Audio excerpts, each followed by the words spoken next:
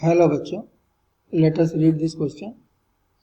In the circuit shown in figure 3.45, the source have EMFs E1 equal to 1.5 volt, E2 equal to 2 volt, E3 equal to 2.5 volt, and the resistances are equal to R1 equal to 10 ohm, R2 equal to 20 ohm, R3 equal to 30 ohm. The internal resistance of the sources are negligible. Find a potential difference phi A minus phi B between the points A and B. इस question के लिए जो की concept है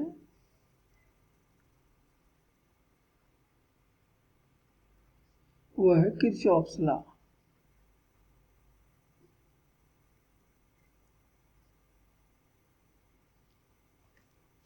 तो हम यहाँ Kirchhoff का सेकेंड लॉ यूज करने वाले हैं, जिसको कहते हैं Kirchhoff voltage law KVL।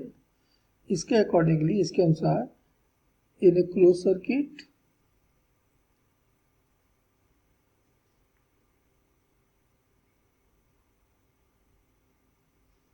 sum of all the potential differences, that is delta V, is always equal to 0. तो किसी भी क्लोज सर्किट में सारे पोटेंशियल डिफरेंस का सम 0 होगा। अब यदि कुछ पोटेंशियल डिफरेंसेस का सम निकाल रहे हैं आप और वो सम 0 आ रहा है, तो निश्चित रूप से वहां कुछ पॉजिटिव और कुछ नेगेटिव पोटेंशियल डिफरेंसेस होंगे। तो हम किसको पॉजिटिव पोटेंशियल डिफरेंस और किसको नेगेटिव पोटेंशियल डिफरेंस लेते हैं, ये थोड़ा सा समझ लें। तो हम किसी सर्किट में लो वोल्टेज से हाई वोल्टेज पे जा रहे हों, लो वोल्टेज पॉइंट से हाई वोल्टेज पॉइंट पे जा रहे हों, तो जो पोटेंशियल डिफरेंस आएगा वो पॉजिटिव होगा, पॉजिटिव पोटेंशियल डिफरेंस। और इसके अपोजिट यदि हम हाई वोल्टेज पॉइंट से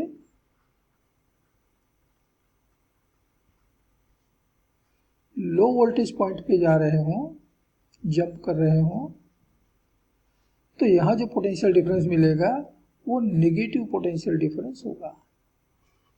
बस ये साइन कन्वेंशन आपको यहां पर अप्लाई कर। किसी रेजिस्टर में करंट फ्लो हो रहा है आई, तो हमें मालूम है कि करंट हमेशा हाई वोल्टेज एंड से लो वोल्टेज एंड की तरफ जाता है। तो जो पॉइंट हाई वोल्टेज पर है उसे आप H से दिखा दीजिए, जो लो वोल्टेज पर है हम उसे L से दिखा देते हैं। अब मान लीजिए कि हम इस रजिस्टर को लेफ्ट एंड से राइट एंड की तरफ क्रॉस कर रहे हैं, ऐसा हमारा जाना है। हम पॉइंट A से हम पॉइंट B पे आ गए, मान लो, तो हाई से लो पे आ गए, तो यहां जो पोटेंशियल डिफरेंस मिलेगा, पोटेंशियल डिफरेंस ये निगेटिव होगा। और कितना होगा? I into R, ohm's law. लेकिन यदि हम राइट हैंड से लेफ्ट हैंड की तरफ जा रहे हैं, B से A की तरफ जा रहे हैं, तो हम लो से हाई पे चले गए, और इसलिए यहाँ जो पोटेंशियल डिफरेंस आएगा ये पॉजिटिव होगा। कितना होगा? Plus IR। बिल्कुल ऐसे ही यदि हम किसी सेल या बैटरी को क्रॉस कर रहे हों, तो बैटरी का पॉजिटिव टर्मिनल हाई पे और नेगेटिव टर्मिनल लो पे होता है। अब यदि हम लेफ्ट एंड से राइट एंड पे जा रहे हैं, इसका मतलब आप हाई वोल्टेज एंड से लो वोल्टेज एंड पर जंप कर दिए हो, तो यहाँ जो पोटेंशियल डिफरेंस आएगा ये नेगेटिव होगा। और कितना होगा? EMF of the cell, cell का EMF मान लो E है, तो E के बराबर। लेकिन इसके अपोजिट यदि हम B से A जा रहे हैं, लो से हाई पहुंच गए, और लो से हाई पहुंच गए हैं, तो इसके लिए जो पोटेंशियल डिफरेंस होगा इट विल बी पॉजिटिव। और कितना होगा? EMF के बराबर। इस तरह से हमें किसी क्लोज सर्किट में पोटेंशियल डिफरेंस को कंसीडर करना है। तो हमको दिया गया सर्किट है, E1 कहता है 1.5 वोल्ट, E2 दिया हुआ है 2 वोल्ट और E3 दिया है 2.5 वोल्ट। इसी तरह से R1 दिया है 10 ओम, R2 दिया है 20 ओम और R3 हमको दे रखा है 30 ओम। चलिए जरा करंट डिस्ट्रीब्यूशन कर लें। तो मान लेते हैं कि बैटरी E3 इसने सप्लाई किया करंट I1 अपने पॉजिटिव टर्मिनल से एक्सटर्नल सर्किट में।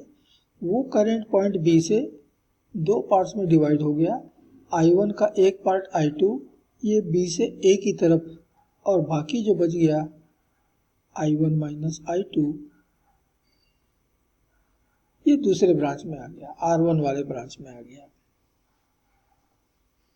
तो हम देख रहे हैं कि यहाँ पर हमारे पास दो लूप हैं, क्लोज सर्किट है, ये एक और ये दो।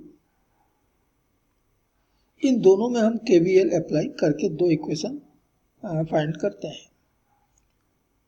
तो जैसे कभी मैंने बताया कि बैटरी का निगेटिव टर्मिनल लो और पॉजिटिव हाई वोल्टेज पे होगा। करंट हमेशा हाई वोल्टेज वाले एंड से लो वोल्टेज वाले एंड की तरफ जाएगा। ये बैटरी का निगेटिव है लो पर, ये ऊपर वाला पॉजिटिव हाई पर। करंट नीचे से ऊपर जा रही है तो ये हाई और ये लो। आप इस तरह से जहाँ जहाँ पर भी पोटेंशियल डिफरेंस मिलना है वहाँ लिख लीजिए L और H। ये I1 माइनस I2 करंट भी नीचे वाले एंड से ऊपर वाले एंड की तरफ फ्लो हो रहा है, तो नीचे वाला H पर, ऊपर वाला लो पर, और बैटरी है तो निगेटिव L पर और पॉजिटिव मिलेगा H पर। तो चलिए क्लोज सर्किट एक में, क्लोज लूप एक में हम कहीं से भी घूम जाते हैं। तो चलिए हम स्टार्ट करते हैं ए से स्टार्ट करते हैं और क्लॉकवाइज घूमते हुए हम फिर वापस ए पे आते हैं। तो फ्रॉम लूप 1 बाई KVL, हम यहाँ पर KVL अप्लाई कर रहे हैं। तो ए से हमने स्टार्ट किया है, तो पहला पोटेंशियल डिफरेंस हम इस रेजिस्टर R2 का क्रॉस करेंगे, और वो भी हम L से H आ रहे हैं तो पॉजिटिव हो गया। कितना मिलेगा? तो रेजिस्टेंस 20 ओम का, करंट यहाँ पर इस ब्रांच में फ्लो हो रहा है I2, 20 I2। फिर हम बैटरी को क्रॉस करेंगे और वो भी H से L जाते हुए, तो H से L गए तो नेगेटिव आ गया 2 वोल्ट का। फिर हम B से लेफ्ट की तरफ आ गए, फिर हमने रेजिस्टर क्रॉस किया और वो भी H से L, और H से L क्रॉस किया है तो ये नेगेटिव हो गया। 10 ओम का रेजिस्टेंस है, करंट यहाँ पर I1 माइनस I2। और फिर हम बैटरी को क्रॉस कर रहे हैं लो से हाई जाते हुए, और लो से हाई गए हैं तो ये पॉजिटिव हो गया, और ये दिया हुआ है 1.5 वोल्ट। और फिर हम वापस वहीं आ गए, ए पर आ गए, यानी पूरे क्लोज सर्किट में हम घूम गए, तो इन सबका सम इक्वल टू 0 होगा। यही है KVL। तो जरा ब्रैकेट ओपन कर लें, तो हमको मिल रहा है 20 I2 माइनस 2 प्लस 1.5, ये माइनस 2 और ये प्लस 1.5 पे हो गया माइनस 0.5, और ये ब्रैकेट ओपन कर दें तो minus 10 I1 plus 10 I2 equal to 0। तो हमको इक्वेशन मिल गया 20 I2, 20 और 10 30 I2 minus 10 I1 equal to 0.5। अब बिल्कुल ऐसे ही हम लूप नंबर 2 से KVL अप्लाई करके दूसरा इक्वेशन डिराइव करते हैं। सो फ्रॉम लूप 2 में भी हम ए से स्टार्ट कर रहे हैं, और यहाँ भी हम क्लॉकवाइज घूमते हुए वापस ए पे आते हैं। तो पहला हम क्रॉस कर रहे हैं बैटरी, पोटेंशियल डिफरेंस 2.5, और L से H आ रहा है, इसका मतलब कि पॉजिटिव हो गया 2.5। फिर हम रेजिस्टेंस को क्रॉस कर रहे हैं R3 को, और H से L जा रहे हैं, इसका मतलब नेगेटिव हो गया 30 ओम का रेजिस्टेंस है, करंट I1।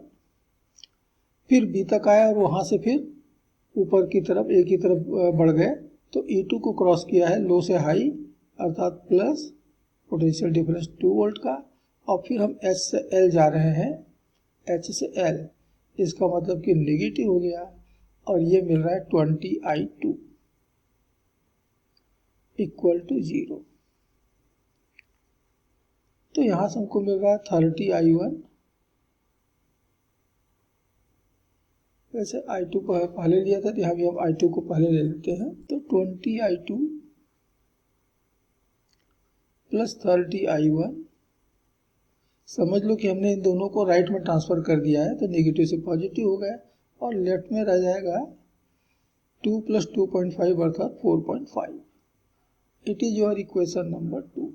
इन दोनों को सॉल्व करके हम I2 कैलकुलेट करेंगे, क्योंकि हमको A और B के बीच का पोटेंशियल डिफरेंस मालूम करना है तो हमको एक करंट I2 मालूम होनी चाहिए।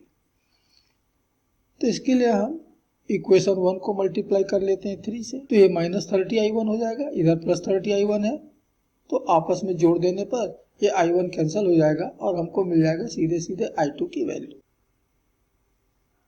तो हमें करना है इक्वेशन 1 में 3 का गुणा और जोड़ देना इक्वेशन 2 को। तो हमारे इक्वेशन 1 3 से मल्टीप्लाई कर लो, 90i2 minus 30i1 equal to 1.5। 90i2 minus 30i1 equal to 1.5। तो 90i2 minus 30i1 equal to 1.5। तो फिर से एक बार इक्वेशन 2 को देख लें, 20i2 plus 30i1 equal to 4.5। तो हमारा इक्वेशन 2 हो गया।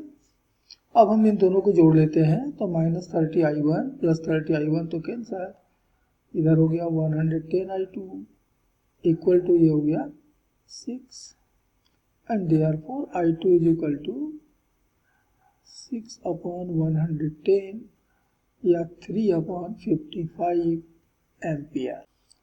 तो हमारा सर्किट डायग्राम हमसे कहा है कि A और B का पोटेंशियल डिफरेंस मालूम करना है।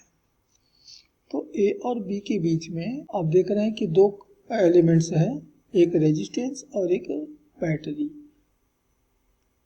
इन्हीं दोनों का पोटेंशियल डिफरेंस हमको जोड़ना पड़ेगा, वही होगा A और B के बीच का पोटेंशियल डिफरेंस। तो पोटेंशियल डिफरेंस